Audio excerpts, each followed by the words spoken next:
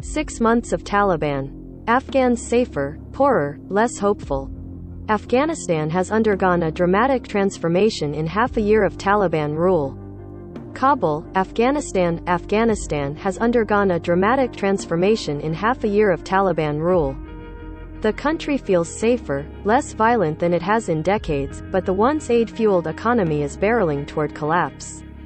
Tens of thousands of Afghans have fled or have been evacuated, including large numbers of the educated elites. They either fear for their economic future or lack of freedom under a group that ascribes to a strict interpretation of Islam and during its previous rule in the late 1990s barred girls from school and women from work.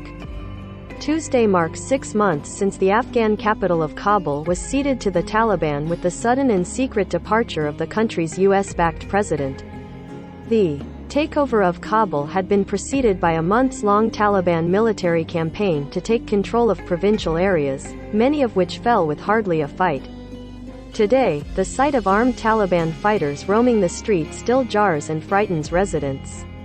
But women have returned to the streets, and many young men have put on Western clothes again after initially shedding them for the traditional shalwar kameez, the long shirt and baggy pants favored by the Taliban. Unlike in the 1990s, the Taliban are allowing some women to work.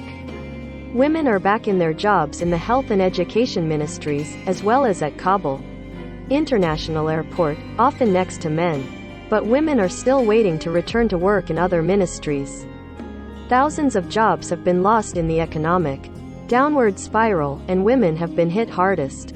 The Taliban have cracked down on women's protests and harassed journalists, including briefly detaining 2 foreign journalists working with the UN Refugee Agency last week. On Monday, the detention of some young men selling heart-shaped flowers in recognition of Valentine's Day was a stark reminder that the new all-male religion-driven administration has no tolerance for Western ideas of romance. Girls in grades 1 to 6 have been going to school, but those in the higher grades are still locked out in most parts of the country. The Taliban promised all girls will be in school after the Afghan New Year at the end of March. Universities are gradually reopening and private universities and schools never closed. Poverty is deepening. Even those who have money have a hard time accessing it. At banks, lines are long as residents wait for hours, sometimes even days, to withdraw a limit of $200 a week. More than $9 billion in Afghanistan's foreign assets were frozen after the Taliban takeover. Last week, President Joe Biden signed an executive order that promised $3.5 billion, out of $7 billion of Afghanistan's assets frozen in the United States, would be given to families of America's 9/11 victims. The other $3.5 billion would be freed for Afghan aid. Afghans across the political spectrum have decried the order, accusing the U.S. of taking money that belongs to Afghans.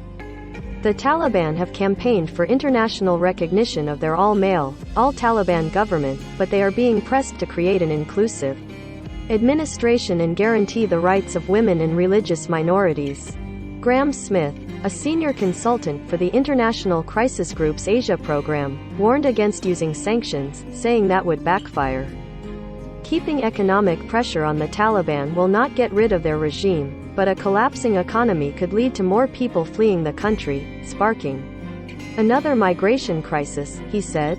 He also noted that this round of Taliban rule probably ranks as the most peaceful 6-month period that Afghanistan has enjoyed in 4 decades. The Taliban have reopened the country's passport office, which is clogged with thousands of people a day. The Taliban have promised Afghans they can travel but only with proper documents. Those trying to leave seem largely driven by fear of a failing economy or the desire for greater freedom in a more liberal society. Several officials linked to the former US-backed government have returned. One of the returnees, former Ambassador Omar Zakalwal, said he encountered no rancor from the Taliban. He said he hoped that the Taliban will find the courage to open their ranks, guarantee minorities a say in the government and go further to guarantee rights of all Afghans.